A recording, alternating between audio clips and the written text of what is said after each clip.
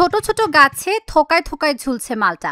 এক একটি গাছে 15 থেকে 40টি পর্যন্ত মালটা ধরে। গাঢ় সবুজ রঙের মালটাগুলোর কোনোটিতে হলুদাভ ভাব এসেছে। নেত্রকোনার দুর্গাপুর উপজেলার এই মালটা বাগানের মালিক কৃষক রনি মিত্র।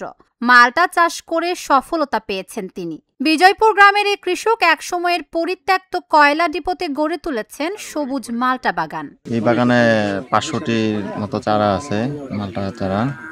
এখান থেকে এবার প্রায় 3 লাখ টাকা প্লাস বিক্রি হবে আশা করি।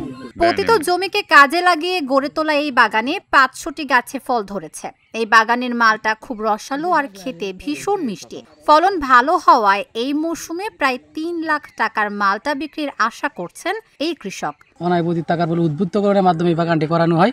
এখানে বর্তমানে 500 প্লাস চারা আছে। 500 চারা আছে, ওই চারার মাঝে সবগুলো এখন ফল ধরেছে। এগুলোকে আমরা বছরে 4 বার আমরা সার দিই। সার দেওয়ার পরে এখন বর্তমানে ফল আছে। ফল সংগ্রহ করার পর আমরা আবার পুনরায় সার দিব। এখানে বর্তমানে যে ফলগুলো আছে প্রায় 150 মনের মতো আমরা আশা করতেছি, যার বর্তমান বাজার মূল্য প্রায় 3 লক্ষ টাকার মতো হবে। বাগান দেখে কৃষক পরিচর্যা করে অনেক খুশি। উপজেলা কৃষি অফিসের পরামর্শে মালটা চাষ শুরু করেন রনি। সঠিক পরিচর্যা করার ফলে ফলন ভালো হয়েছে। কৃষি অফিসারকে বললাম যে স্যার আমাদেরকে ভিয়েতনামের চারাটা দিতে হইব। উনারা ভিয়েতনামের চারাটা সংগ্রহ করে আমাদেরকে দিচ্ছে, এতে করে আমরা ভালো। আজকে লাগানোর পর থেকে 3 বছরে আমরা প্রথম বছরে 36,000 টাকা পাইছি, দ্বিতীয় বছরে পাইছি আমরা 1,20,000 টাকা। এবছর 3 বছরে 3 বছরের মাথায় আমরা মনে হয় সব মাল বেচা হয় না, সব ফল বেচার আইডিয়া মোটামুটি আমাদের আইডিয়া হয়েছে 3 থেকে 3.5 লাখ টাকা বিক্রি করে। রনির সাফল্য দেখে এলাকার আরো অনেক কৃষক মালটা চাষে আগ্রহী হচ্ছেন। ঝুঁকিমুক্ত চাষাবাদ ও আর্থিকভাবে লাভবান হওয়ায় অন্যান্য কৃষি উদ্যোক্তারাও মালটা বাগান গড়ে তুলছেন। মালটা বাগান গড়ে তুলতে উপজেলা কৃষি অফিস কৃষকদের সহায়তা করছে। পতিত জমিতে মালটা চাষ করে কৃষকের আয় যেমন বাড়বে, তেমনি ভাবে কৃষিতে আসবে বৈচিত্র্য। এখানে কিন্তু একটা সময়ে শুরু থেকে একদম পরিচর্যা সুন্দর করে করা হয় এবং নিরাপদ ফসল হিসেবে এই মালটা বাগান কিন্তু বিবেচিত।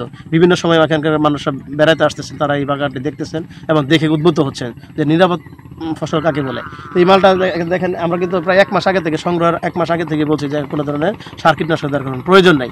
তো এই ক্ষেত্রে কিন্তু আমরা অনেকটাই রাসায়নিক থেকে মুক্ত।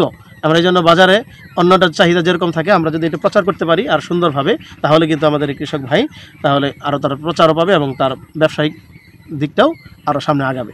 এই বাগানের সাথে আমরা কৃষি বিভাগ জড়িয়ে আছি, আমরা থাকবো, যে কোনো সমস্যাতে আমরা তাদের পাশে। মালটা চাষ করে কৃষক রনি মিত্রের এই সাফল্য দুর্গাপুরের কৃষি উদ্যোক্তাদের নতুন করে স্বপ্ন দেখাচ্ছে। তারা নতুন আশায় মালটা চাষে আগ্রহী হচ্ছেন।